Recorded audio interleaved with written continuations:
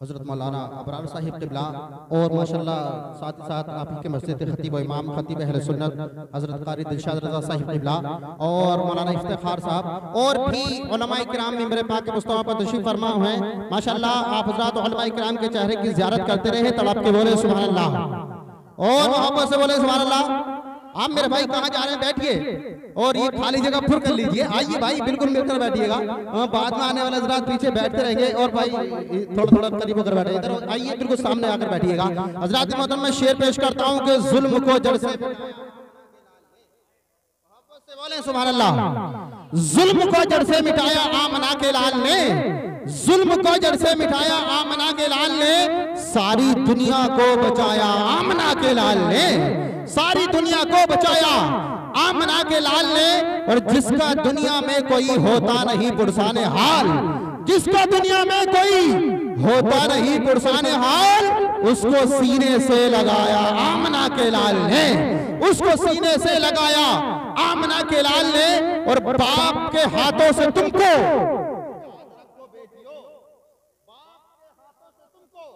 बाप के हाथों से तुमको याद रखो बेटियों, अरे दफन होने से बचाया आमना के लाल ने, दफन होने से बचाया आमना के लाल ने।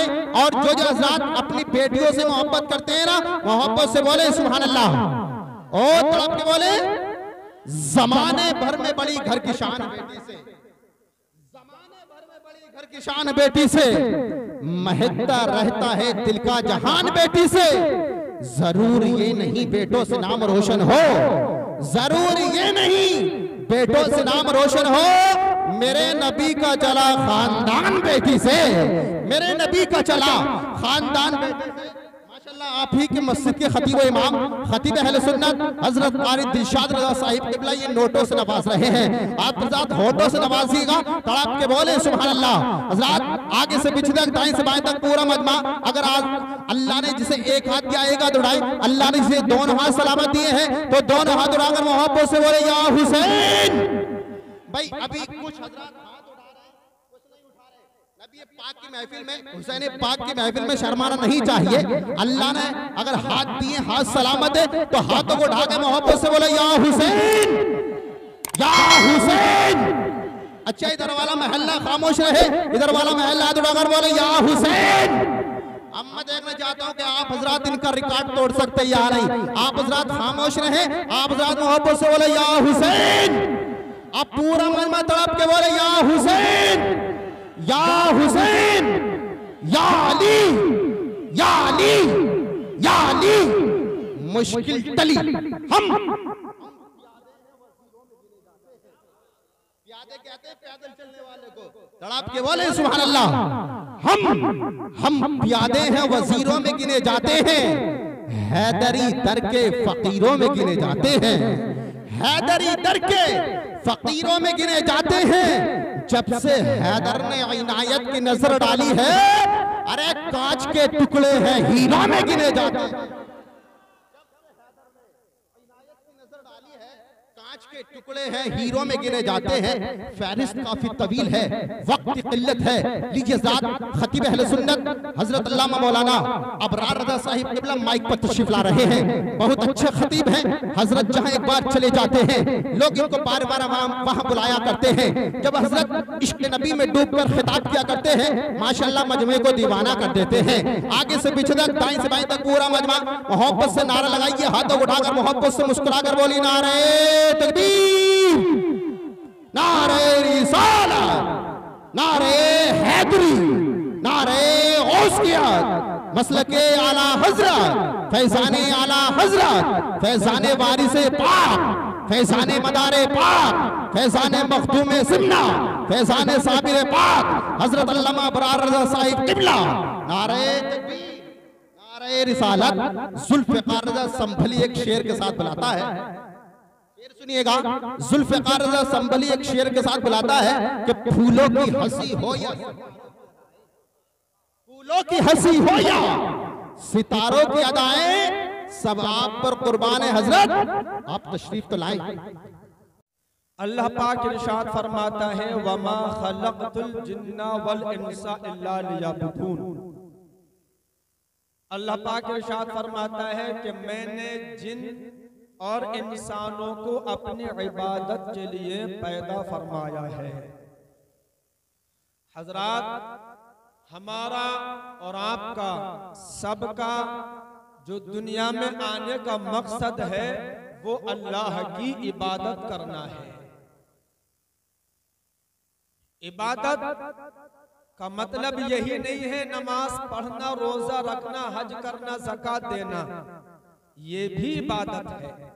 नमाज पढ़ना भी इबादत है, रोजा रखना भी इबादत है, हज करना भी इबादत है, ज़कात देना भी इबादत है, और किसी मुसलमान से मुस्कुराकर मुलाकात करना भी इबादत है। हदीस पाक में है, अल्लाह के रसूल इरशाद फरमाते हैं कि जब तुम किसी मुसलमान से मुलाकात करो तो पहले उसको सलाम करो, पहले उसको सलाम करो और कहो अस्सलामु अलैकुम। आप जवाब दीजिए, ये क्या करना है? पहले मुलाकात में सलाम। जो भी मुसलमान मिले उसको सलाम करो। मेरे आका इरशाद फरमाते हैं जन्नत में सिर्फ मोमिन जाएंगे। बोलिए, जन्नत में सिर्फ मोमिन जाएंगे, यानी ईमान वाले ही जन्नत में जाएंगे। और आका इरशाद फरमाते हैं अगर तुम जन्नत में जाना चाहते हो तो अपने ईमान की हिफाजत करो, अपने ईमान को मजबूत करो, इसलिए कि सिर्फ जन्नत में ईमान वाले ही जाएंगे। आका इरशाद फरमाते हैं और तुम ईमान वाले नहीं बनोगे जब तक कि आपस में एक दूसरे से मोहब्बत नहीं करोगे। यानी तुम्हारे दिलों में एक दूसरे के लिए अगर मोहब्बत नहीं है तो हुजूर फरमाते हैं तुम ईमान वाले नहीं हो। मेरे आका इरशाद फरमाते हैं ऐ सहाबा, मैं तुम्हें एक ऐसा नुस्खा बता देता हूँ, एक ऐसा वजीफा बता देता हूँ कि जब तुम उस नुस्खे पे अमल करोगे तो आपस में मोहब्बत पैदा हो जाएगी। सहाबा ने अर्ज किया रसूल अल्लाह, मोहब्बत पैदा करने का वजीफा क्या है? मेरे आका इरशाद फरमाते हैं आपस में एक दूसरे को सलाम करना शुरू कर दो, सलाम की बरकत से आपस में मोहब्बत पैदा हो जाएगी। और जब आपस में मोहब्बत पैदा हो जाएगी तो तुम ईमान वाले हो, और जब तुम ईमान वाले बनोगे तो सलामती के साथ जन्नत में दाखिल हो जाओगे। हजरात मोहतरम, तो मजहब इस्लाम में मुसलमान से मुस्कुरा कर मिलना और सलाम करना ये भी इबादत है। और सुनिए, आका इरशाद फरमाते हैं जब किसी मुसलमान से मुलाकात हो तो उससे मुसाफा भी किया करो, यानी हाथ भी मिलाया करो। मुसाफा करने का ये फायदा है। मेरे आका इरशाद फरमाते हैं जब दो मुसलमान मुसाफा करते हैं यानी हाथ मिलाते हैं और वो सलाम करते हैं और नबी पर दुरूद पढ़ते हैं तो मुसाफा करने की बरकत से उन दोनों के हाथ जुदा होने से पहले पहले अल्लाह पाक दोनों मुसलमानों की मगफिरत फरमा देता है। हजरात, यह है हाथ मिलाने का फायदा कि आप किसी मुसलमान से हाथ मिलाएं तो बोलो हाथ मिलाने से मगफिरत होती है, मुसलमान से मुसाफा करने से गुनाह माफ होते हैं। तो मजहब इस्लाम में मुसाफा करना भी बोलो इबादत है। बोलिए, मुसाफा करना भी इबादत है। और सुनिए, मुस्लिम शरीफ की हदीस है, मेरे आका इरशाद फरमाते हैं मैंने जन्नत के अंदर एक शख्स को देखा कि जो जन्नत के अंदर टहल रहा था।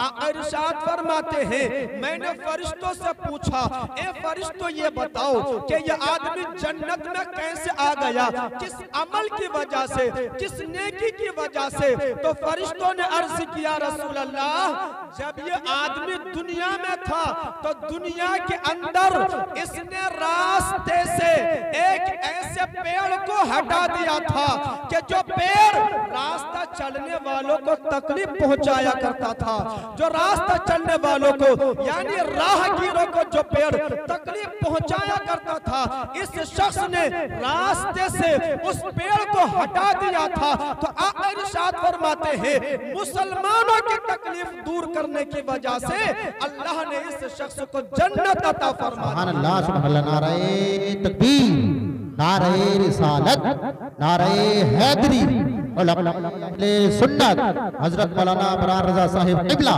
नारे तकबीर, नारे रिसालत। वाह वाह। अच्छा, बात समझ में आ रही है आपके? आ रही है?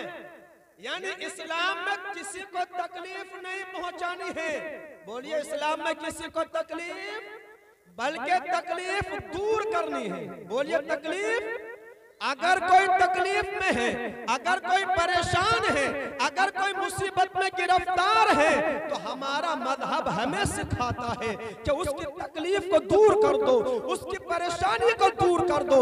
अगर रास्ता खराब है, रास्ता चलने से किसी रास्ता चलने वालों को तकलीफ होती है, तो मेरे आका इरशाद फरमाते हैं रास्ता साफ कर दो, रास्ते से कंकर हटा दो, रास्ते से पत्थर हटा दो, रास्ते से कांटे हटा दो। आका इरशाद फरमाते हैं तुम अल्लाह के बंदों को सुकून पहुंचाओगे, अल्लाह पाक तुम्हें जन्नत अता फरमा देगा।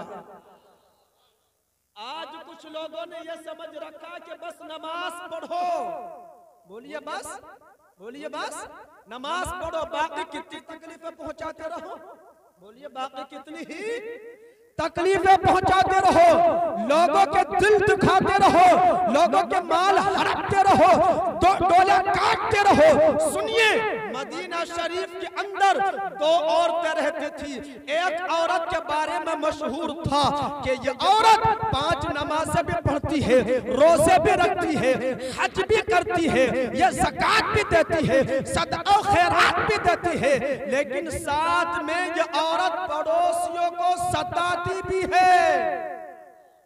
पड़ोसियों को ये औरत सताती भी है। हजरात, जब नबी की बारगाह में मदीना शरीफ की उस औरत का जिक्र किया गया, या रसूल अल्लाह, मदीना शरीफ के फला मोहल्ले में एक औरत रहती है जो 5 वक्त की नमाज पढ़ती है, कुरान की तिलावत भी करती है, रोजे भी रखती है, हज भी उसने कर लिया है, ज़कात भी देती है, लेकिन साथ में वो पड़ोसियों से लड़ती भी है, वो झगड़ा भी करती है, वो किसी को गाली भी देती है, यानी उसके अखलाक अच्छे नहीं है, वो लोगों से लड़ती है, झगड़ती है।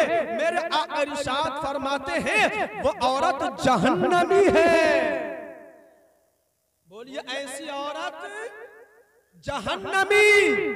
फिर नबी की बारगाह में मदीना शरीफ की एक औरत का और जिक्र किया गया, या रसूल अल्लाह, मदीना शरीफ के अंदर एक औरत और रहती है, उसके बारे में यह कहा जाता है कि वह सिर्फ 5 नमाज़ें पढ़ती है। बोलिए, सिर्फ 5 नमाज़ें पढ़ती है, सिर्फ रमजान के रोजे रखती है, सिर्फ उसने एक हज किया है, लेकिन या रसूल अल्लाह, वो किसी को तकलीफ नहीं पहुंचाती है, वो किसी से लड़ती नहीं है, वो किसी से झगड़ा नहीं करती है।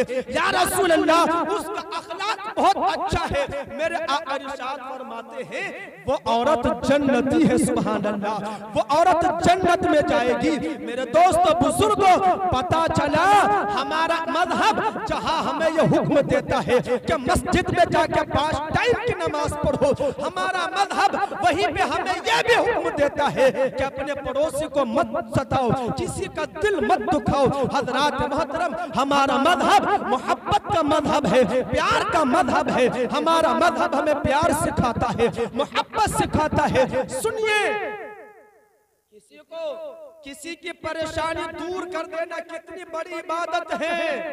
तवज्जो है आपकी, तवज्जो है। किसी की परेशानी दूर कर देना कितनी बड़ी इबादत। सुनिए, हजरत अब्दुल्ला इब्न अब्बास, रमजान का महीना है, मस्जिद नबवी में एतिकाफ में बैठे हैं। बोलिए, मस्जिद नबवी में, इसका थोड़ा सा इको कम करो, इको कम करो। ये को कम करो, मोहब्बत से बोलिए सुभान अल्लाह। बात समझ में आ रही है? मदीना शरीफ, मस्जिद नबवी, रमजान का महीना, हजरत अब्दुल्ला इब्न अब्बास बोलो कहाँ बैठे हैं? एतकाफ में। जरा बुलंद आवाज से बोलिए ना, एतकाफ में। एतकाफ तो जानते ही हैं। हाँ, जिस एतकाफ के नाम से आप लोग घबराते, बोलिए घबराते कि नहीं घबराते? इमाम साहब के लिए ये पाबंदी के 24 घंटे मस्जिद में, और जब रमजान का महीना आता है और ऐसे मुक्तदियों से कहो कि जनाबे वाला 10 दिन के लिए एतकाफ में मस्जिद में बैठ जाओ, तो वहां पे पता चलता है कि मस्जिद की पाबंदी कितना मुश्किल काम है। इमाम पे पाबंदी लगाने वालों, एतकाफ में बैठ के देखो, तब तुम्हें पता चलेगा कि इमामत कितनी मेहनत का काम है। हजरात, तो हजरत अब्दुल्ला बोलो कहाँ बैठे? एतकाफ में। बोलिए कहाँ बैठे हैं? और एतकाफ के लिए शर्त है मस्जिद में रहना। मस्जिद में रहना। जो आदमी मस्जिद से निकलेगा, बोलिए उसका एतकाफ, बोलिए एतकाफ टूट जाएगा। हजरत अब्दुल्ला इब्न अब्बास मस्जिद नबवी में रमजान के महीने में एतकाफ में बैठे हैं। एक बीमार आदमी आता है, परेशान आदमी आता है और आके बोलता है, अब्दुल्ला इब्न अब्बास आप एतकाफ में बैठे हैं, मैं बड़ा बीमार हूँ, परेशान हूँ, मुसीबत में हूँ, मेरी मदद कीजिए, मेरी मदद कीजिए। इतना सुनना था। हजरत अब्दुल्ला इब्न अब्बास एतकाफ में बैठे थे। उस बीमार की बीमारी को सुन के, परेशानी को सुन के, मुसीबत को सुन के मस्जिद से निकलने लगे। बोलिए मस्जिद से निकलने लगे। जब मस्जिद से निकलने लगे तो किसी ने कहा, हजरत आप तो एतकाफ में बैठे हैं, अगर मस्जिद से निकलेंगे तो आपका एतकाफ टूट जाएगा, एतकाफ टूट जाएगा। तो सुनिए, अब्दुल्ला इब्न अब्बास फरमाते हैं, सुनो, ये बीमार आदमी मेरे पास आया है, परेशान आदमी मेरे पास आया है, मुसीबत वाला आदमी मेरे पास आया है। याद रखो, मैं एतकाफ को तोड़ के, एतकाफ को छोड़ के इसकी मदद करने जा रहा हूँ, इसकी मदद करने जा रहा हूँ, इसलिए कि किसी गरीब की, परेशान की मदद कर देना ये 10 साल के एतकाफ करने से बेहतर है। किसी परेशान की मदद कर देना, बोलिए 10 साल के, बोलिए एतकाफ से, 10 साल के एतकाफ से बेहतर है। आप जरा गौर फरमाएं कि वो सहाबी, उनका नजरिया यह था कि अपने इस्लामी भाइयों को फायदा पहुंचाओ। हदीस पाक में आता है, मेरे आका इरशाद फरमाते हैं, सबसे अच्छा आदमी वो है जो अपने पड़ोसियों को, अपने दोस्तों को, अपने रिश्तेदारों को फायदा पहुंचाता है। इसलिए हजरात मोहतरम, मेरा ये छोटा सा पैगाम है, अपने दिल की तख्ती पे नोट करो कि अपने हाथ से किसी को तकलीफ, बोलिए तकलीफ। अच्छा, मुसलमान का माना जानते हैं? मुसलमान कौन होता है? मुसलमान का मतलब मालूम है? अगर मैं आपसे पूछूं मुसलमान कौन होता है, मुसलमान किसा कहते हैं, तो कोई जवाब देगा कि जो सबसे ज्यादा गोश्त खाए वही मुसलमान होता है। ऐसा है?